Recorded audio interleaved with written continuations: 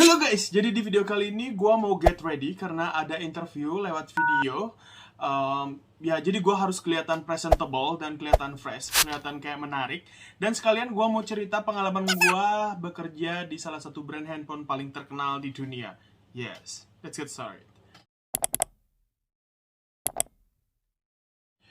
Jadi gue sambil get ready, jadi gue nggak bakalan fokus ke kamera ya. Jadi waktu itu gue selesai kerja di salah satu brand fashion juga. Gue udah kurang lebih hampir sampai saat ini lebih dari 10 tahun kerja di dunia per SPB-an, per SPG-an, sales segala macam yang ada di depan ujung tombak perusahaan lah, apalagi di retail lah, jatuhnya lah, susah banget gue nyebutnya di retail. Dan ya, itu juga memerlukan yang namanya suatu penampilan yang bagus. Dan alhamdulillah selama ini gue ngelamar selalu diterima, mudah-mudahan sekarang gue mau ngelamar pun gue bisa diterima. Yang jelas gue berasa dulu tuh lebih cakep daripada yang sekarang, I don't know why, tapi setelah gue lihat lagi dulu juga gue nggak ngerasa cakep. Ya, jadi waktu itu gue keluar dari salah satu retail di Bogor juga. Dan ya, kurang lebih 1 bulan gue agak ngedown sih karena gue keluar dari satu kerjaan itu karena ada trouble. Ya gue bikin gara-gara juga, cuman emang gue juga udah nggak nyaman karena ya pokoknya itu titik terberat gue lah saat kerja di situ. Nanti gue ceritain lagi kronologisnya. Nah, gue bekerja di salah satu brand handphone paling terkenal di dunia. Dan ya, waktu itu gue trainingnya di Jakarta karena gue tuh tinggalnya di Bogor. Gue trainingnya di Jakarta kurang lebih hampir 1 minggu. Dan waktu itu kurang lebih ada 50 orang. Jadi selama tiap hari itu ada orang yang berkurang karena kita dites kan. Maksudnya ini tuh brand handphone yang paling terkenal, prestigious gitu. Untuk buka tokonya pun harus ada yang namanya satu brand yang terkenal banget untuk satu lantai gitu. Nah, baru bisa buka. Untuk apa ya? Untuk trainingnya lumayan agak sulit sih. Maksud gue ya kayak di training skill, grooming, terus kayak product knowledge segala macem. Dan itu memerlukan waktu yang cukup lama menurut gue. 1 minggu. Pada saat itu gue lagi bener-bener kayak gak punya tabungan sama sekali karena gue dari dulu sampai sekarang itu boros banget. Yang namanya doyan belanja atau mungkin uangnya tuh mungkin ada beberapa uang panas, jadi hilang gitu aja. Ntar gue mau ini dulu biar gak kena dijepit dulu. Nah, dengan keadaan yang gue sangat ngedown, tapi gue juga berusaha keras untuk terus bekerja. Dan gue akhirnya pada training terakhir, gue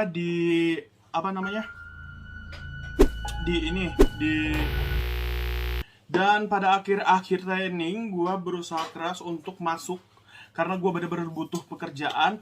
Dan alhamdulillah akhirnya masuk. Waktu itu gue diterima dan besoknya langsung disuruh, enggak sih, kayak selang 2 hari disuruh kerja di toko yang ada di Bogor juga.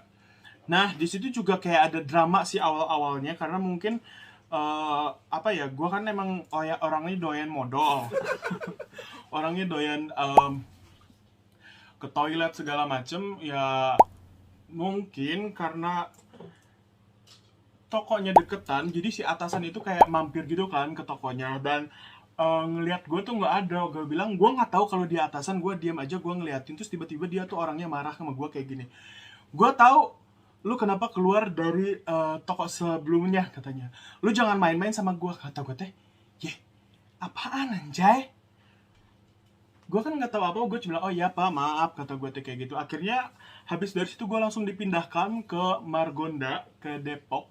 Dan itu agak lumayan. Dari situ mulai drama lagi sih. Maksudnya dramanya itu lebih ke gue tuh nggak pernah capek orangnya dan gue nggak mau capek. Gue kerja itu efisien gitu. Ya walaupun gue sering ngablu dari dulu, gue akuin gue sering yang namanya keluar kerjaan. Maksudnya bukan keluar kerjaan, kayak keluar gitu dari toko. Ya sebenarnya nggak boleh, tapi gue itu tahu kerjaan gue udah gue beresin. Penjualan gue juga ya gue bisa dibilang gue handal lah dalam selling skill gitu secara bertahun-tahun. Dan gue tuh mau belajar dan gue tuh nggak mau kalah orangnya. Jadi gue kayak ya walaupun kayak cuman beda 5 juta atau 10 juta, setidaknya gue masuk titik aman kayak gitu. Dan orang-orang tuh nggak tahu dan gue kerjanya santai. Nah, itu yang orang nggak suka. Udah kayak gitu gue kerja lah kan ya, maksudnya dari opening gue bolak-balik itu, dari bangun tuh jam 6 pagi sampai pulang tuh jam 11 sampai jam 12 malam. Akhirnya tim dibentuk dan opening lah. Oke, awal-awal pekerjaan itu kayak masih fine lah gitu. Gue masih kayak nyari tahu gimana caranya orang-orang yang di sini ngejual handphone. Secara gue kan orangnya juga walaupun gue suka jualan dan gue apalin produk knowledge, tapi gue agak bodoh juga untuk hal mengingat dan mengingat kayak gitu. Jadi gue ngintilin senior gue yang jualan di situ. Gue nyari tahu nih caranya kayak gimana gitu kan, bukan gue mau nyontek karena mereka juga nggak pinter-pinter amat, pada bego menurut gue. Bukan sombong. Udah kayak gitu, dah lah, gue kerja di sini 1 bulan. Nah, yang bikin gue beres kerja di salah satu brand handphone ini adalah gue nggak suka senior bukan senior, kepala tokonya. Dia terlalu on demand dan terlalu ngegampangin orang.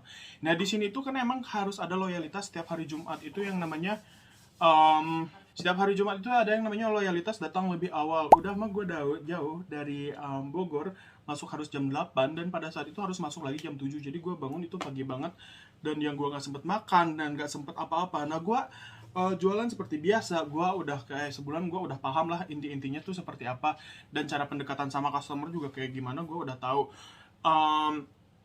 Udah kayak gitu, gue di situ agak Oke, kita masuk ke penjualannya dulu, cara gue ngejualnya ya, sebelum masuk ke intinya kenapa gue bisa keluar dan selesai kerja di situ. Nah, cara penjualannya juga gue itu lumayan juga kayak orang-orang kan pada males untuk nyamperin, kayak mereka tuh berharap si customernya tuh datang, sedangkan gue bukan tipikal orang yang kayak gitu. Gue samperin orangnya, gue tanya kayak gitu kan, akhirnya gue jelasin segala macam gini-gini. Yang namanya juga orang udah nanya, gue bingung apalagi abis ini. Yang namanya juga orang nanya ya pasti gue jawab dong, gue jelasin segala macam kayak gini. Gue gak hard selling, jadi gue soft selling kayak gitu. Jadi gue kayak nunjukin kelebihannya, kekurangannya, sama ke orangnya seperti apa, gue tuh cari tahu. Jadi kenapa orang-orang pada beli. Nah, udah kayak gitu, di situ ada salah satu produk yang harus dijual kayak semacam asuransi gitu kan. Nah, I'm one of the best the newcomer untuk ngejual itu. Kenapa? Karena gue jual yang premium kepada orang-orang yang membutuhkan gitu. Yang lain gue lihat teman-teman kerja gue yang lain, senior gue yang lain itu nggak pada goal, karena mereka tuh nawarinnya kayak, kak mau ini nggak sama ini gitu, sama produk A sama produk B. Ini kok kenapa tisu sih?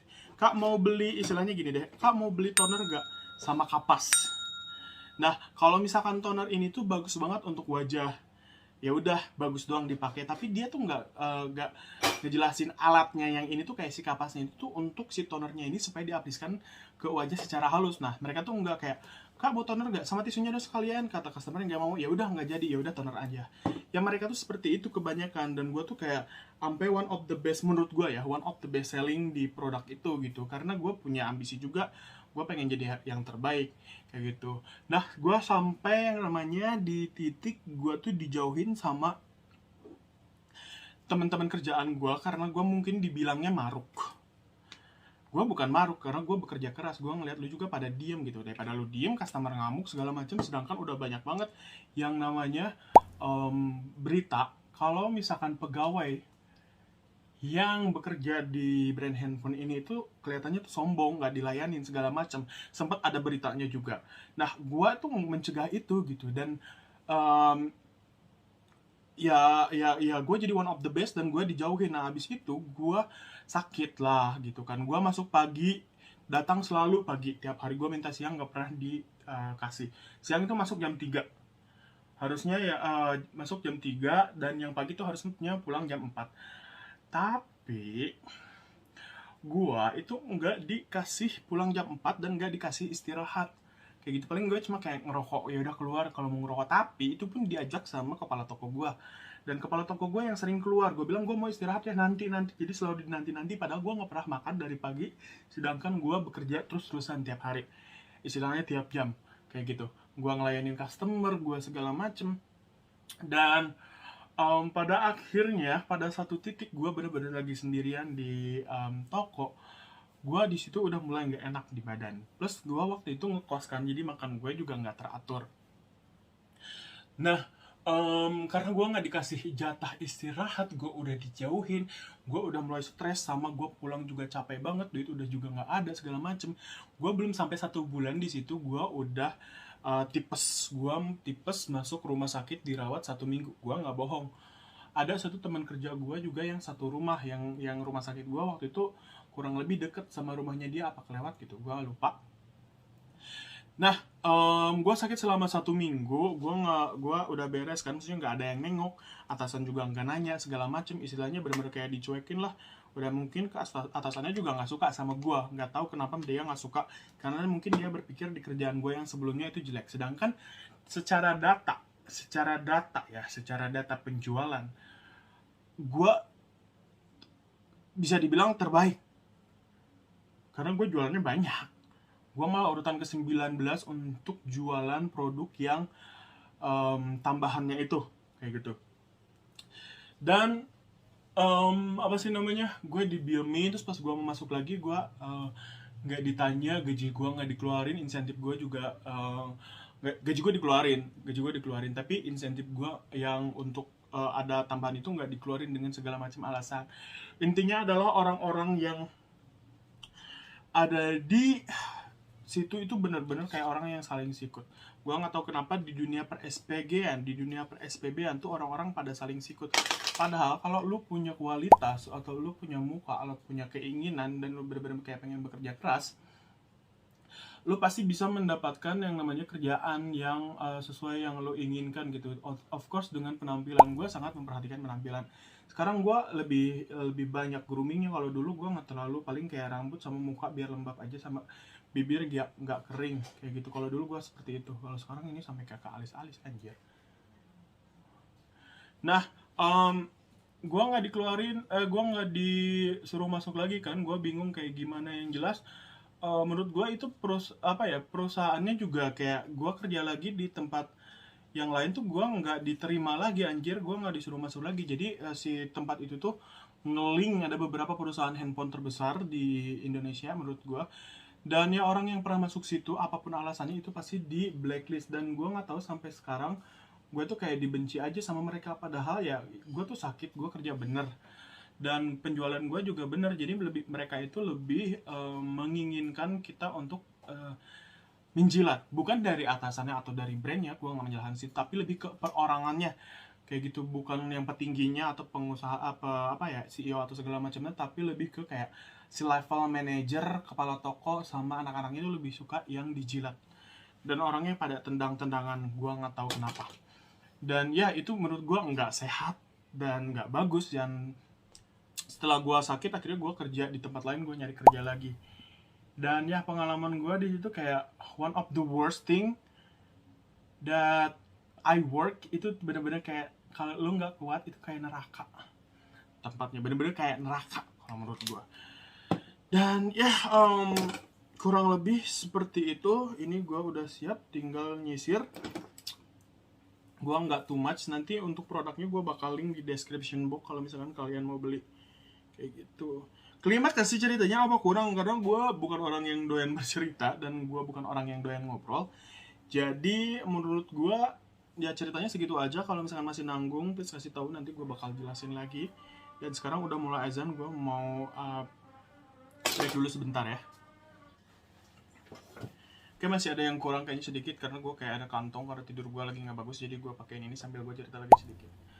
So, jadi intinya setelah gue bekerja di situ, menurut gue tetap bersyukur sih pada akhirnya, karena gue bisa tahu produknya, gue bisa ngambil ilmunya, walaupun gue nggak diajarin sama orang-orang, bener-bener kayak gue belajar sendiri aja.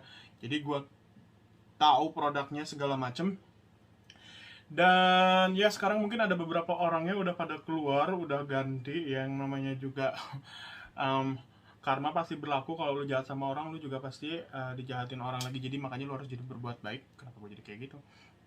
Ininya mukanya, bukan omongan.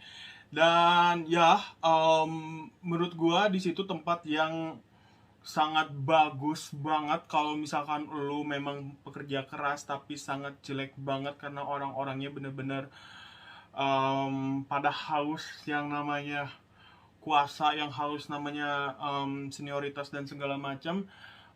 Gue masih berkomunikasi sama beberapa orang atau temenan di situ yang benar-benar gue nggak ada masalah.